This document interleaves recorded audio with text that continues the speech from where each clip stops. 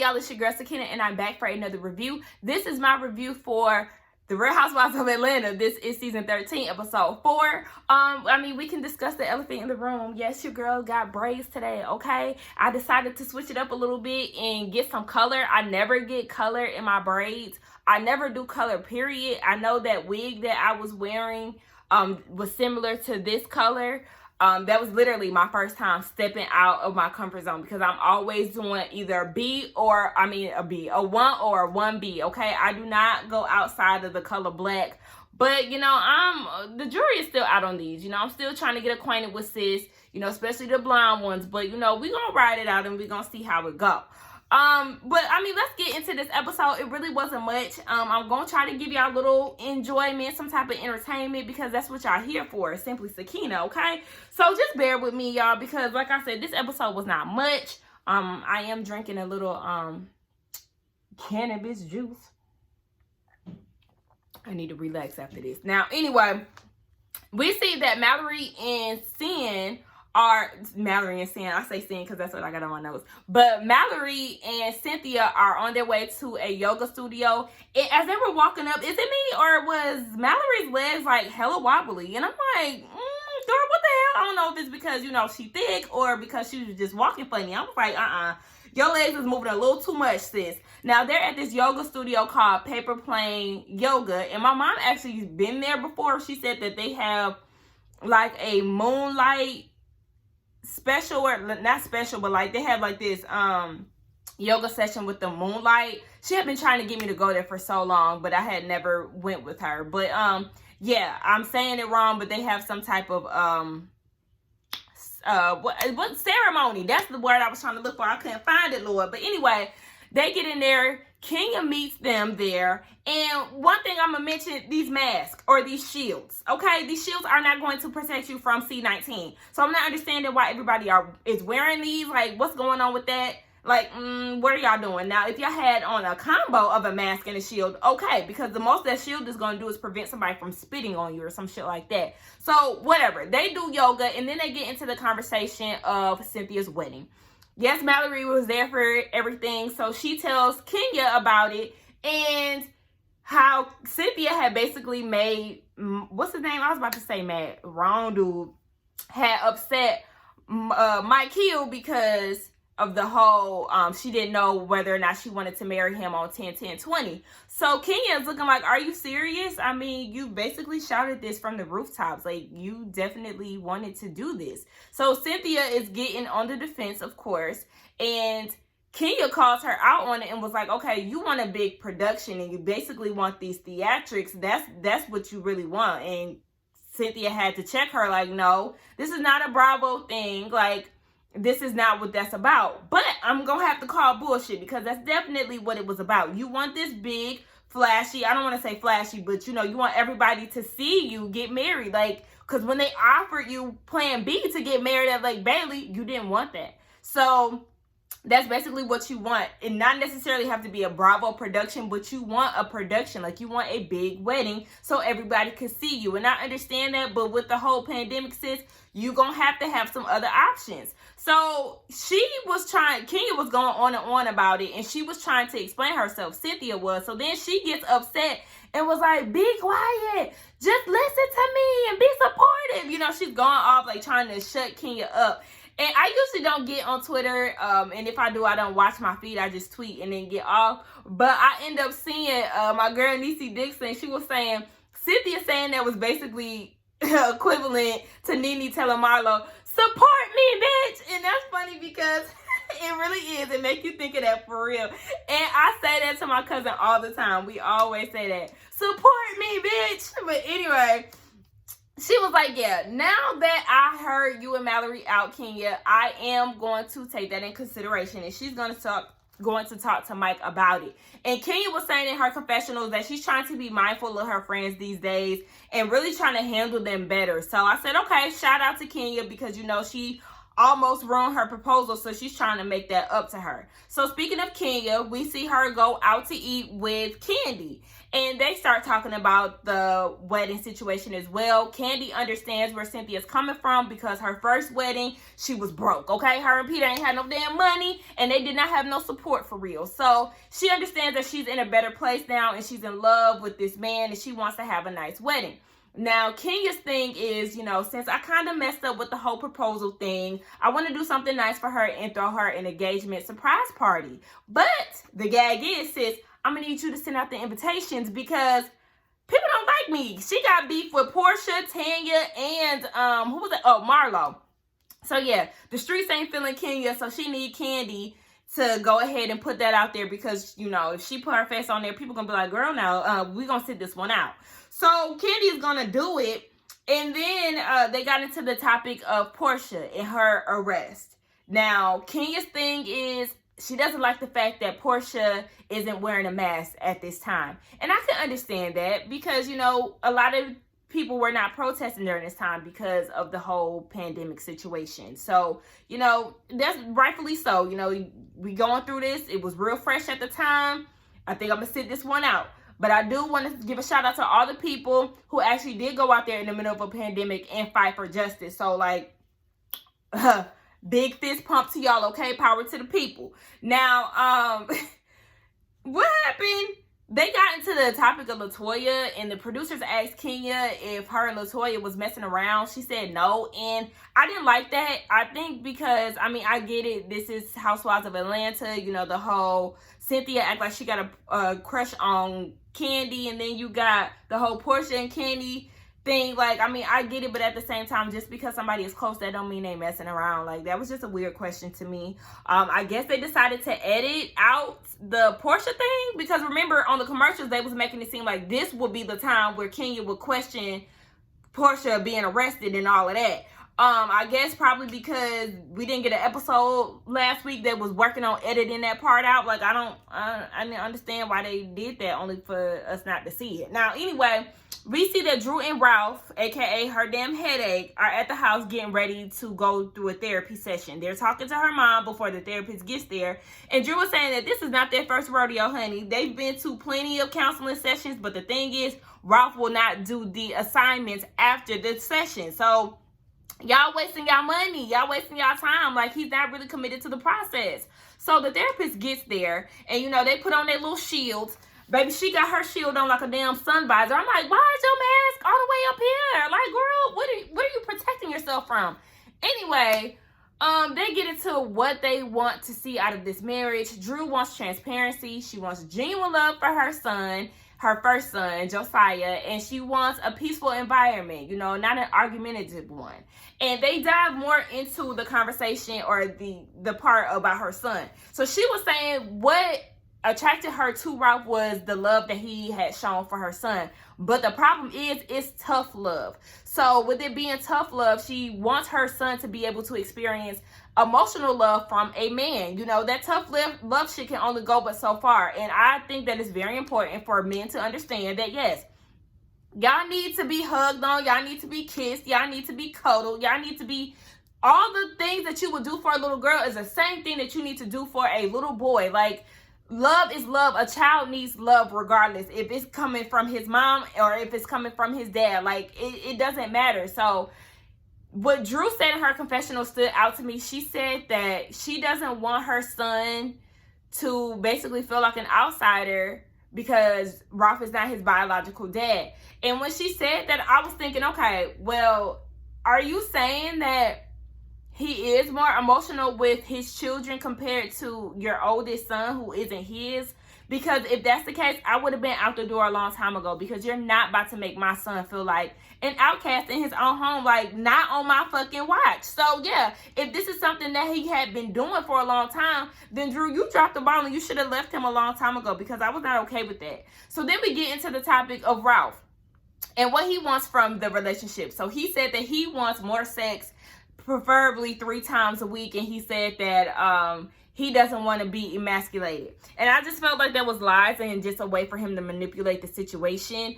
It just was weird to me. And then like he goes in, because Drew was like talking about how he's the reason why he said he doesn't want to be emasculated is because he feels like Drew tries to treat him like her mom treated her dad, and she was like, no, that's not true. So then like he does this weird thing with her shoulder, and she was like, what was that? He was like, oh, I thought you was about to cry. And it was just like, not like, I don't know what the hell he thought that was, but that was not like, I hope you didn't think you was about to coddle me, like, because that wasn't it. It just threw me the hell off. I was like, oh, so you thought you was gonna console her by doing this? Boy, get the fuck. So then we get his backstory. He said his dad left at a young age, and he was basically the man of the house. His mom was not affectionate, which is probably where he gets it from, I'm sure. And he said that he let her know his senior year of high school that he was going to leave, basically.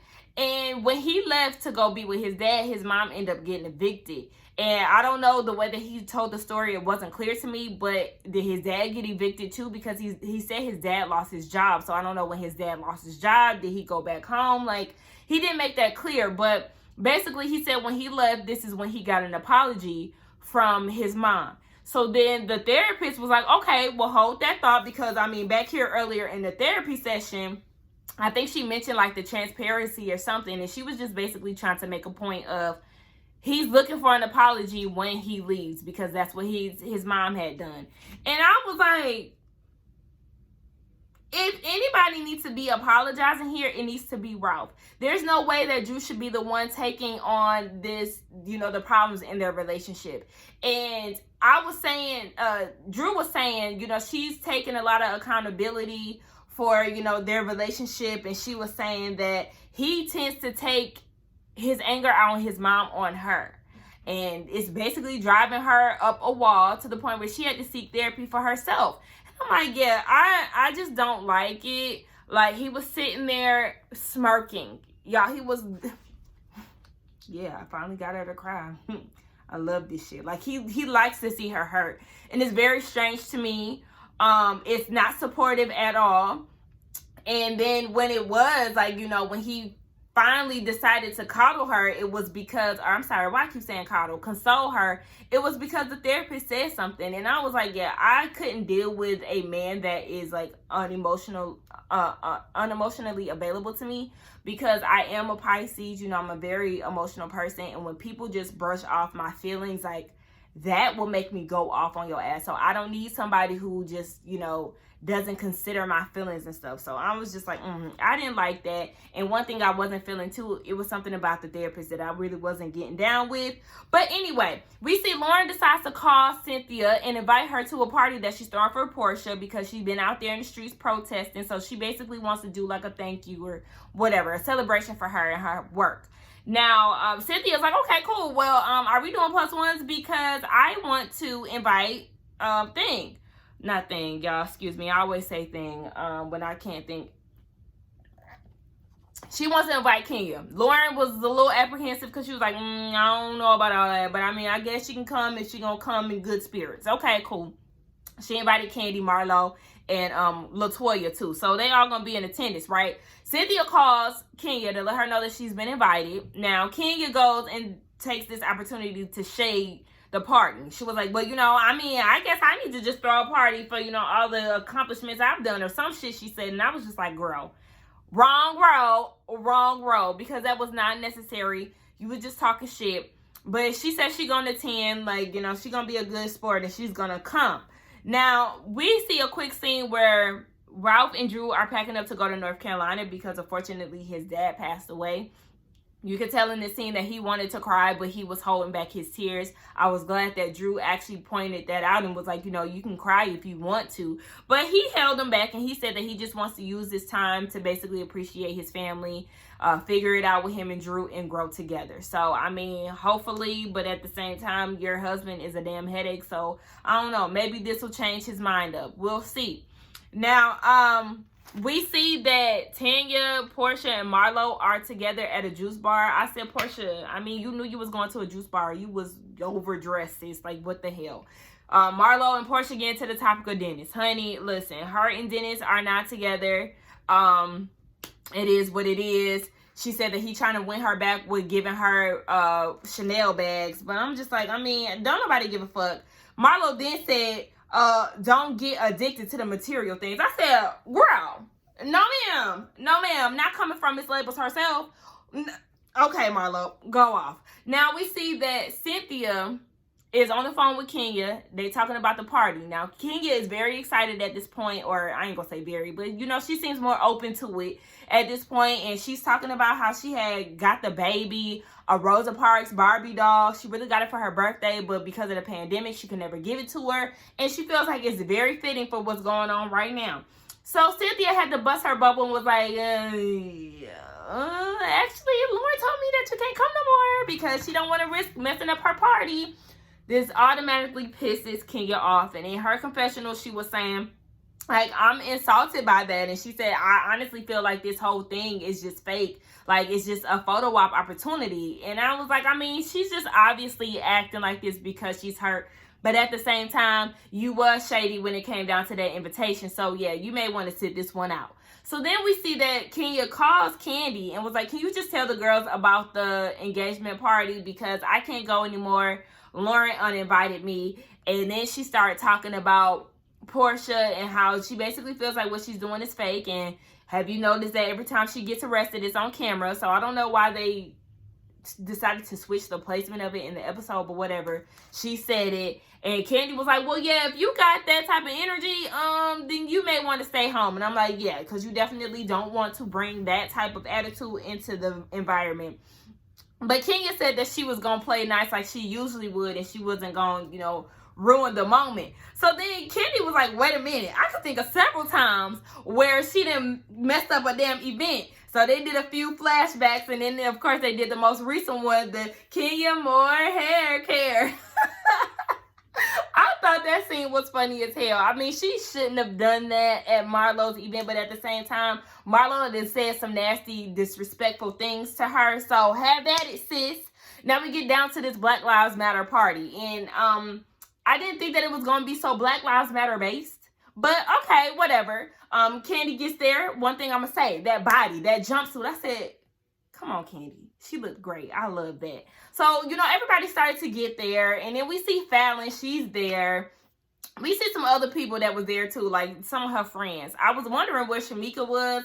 But anyway, they talk about kids. Fallon was saying that she got 3 kids and her body looks amazing. So shout out to her. And then she said that her husband has 5 kids. So that's a total of 8 kids.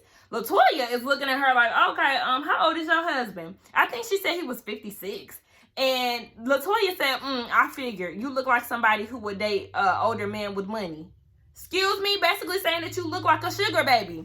Damn, bitch, that's rude. So Fallon had to let her know, no, ma'am, this is the first older man that I've ever dated. So come correct, bitch. And that's what I'm saying. Like, you real rude, like, girl. Okay, if you was thinking that, just keep it to yourself. You didn't have to be like that. So Candy in her confessional was saying, in case y'all did not know, old girl Latoya is Kenya 2.0, okay? So, yeah, just be on the lookout for both of them. I said, obviously, she ain't got no problem saying what the hell she need to say. Now, Marlo gets there, and I'm like, Marlo, what the hell are you wearing on your head? It was like a cloth box. I was so confused. I don't know what the hell she had going on, but they end up surprising Portia. They're doing all of this while she's not there. So she ended up pulling up with Tanya, and she's excited. She's crying. And I really felt the love in that moment. She said it was a little weird, like, why are you celebrating me? But she said she's going to take this opportunity, because it was encouragement. So she's going to keep going. So, I just really felt like Lauren did a good job doing this. I mean, that's just true Pisces shit. We're thoughtful and we like to let our loved ones know that we care. So we do shit like that. What was another thing that I wanted to mention? They all sit down and Kenya mentions the party. Get dressed up. We're going to the secret place. Y'all need to wear all white. Be cute. Everybody asking where we going. What's the event? Y'all just stay tuned, okay? So then they talk about Kenya. Cynthia brings that up. Look, I have a gift from her for the baby. And Portia mentions too, like, oh, last year, they are always on and off. And then she was like, last year we tried to, well, not always on and off, but they tried to make it work basically last year. And she said it didn't work out. It didn't work because you did not uphold your end of the bargain, Portia, because Kenya was trying to be a real friend to you. And instead of just sitting out of her beef with Tanya, and instead of, just being neutral with the whole Nene and Kenya situation, like, you butted into both of those situations, whereas Kenya was really trying to respect you and really trying to turn over a new leaf. So just know the reason why y'all didn't work out as friends is because of you. So then she gets up and she gives like this awkward speech. Like, it got real awkward, but then it started getting better as she was talking. And, she was just talking about Black Lives Matter and all of that. Like I said, kudos to her for being out in the streets, in the front line, doing the damn thing. But I really don't want to talk too much about Black Lives Matter on Housewives of Atlanta, because it's a heavy topic as it is. We're Black. We're fully aware of what's going on. So we just want to watch this to have fun. It's a very serious topic that needs to be discussed. But I mean, is this going to be every episode?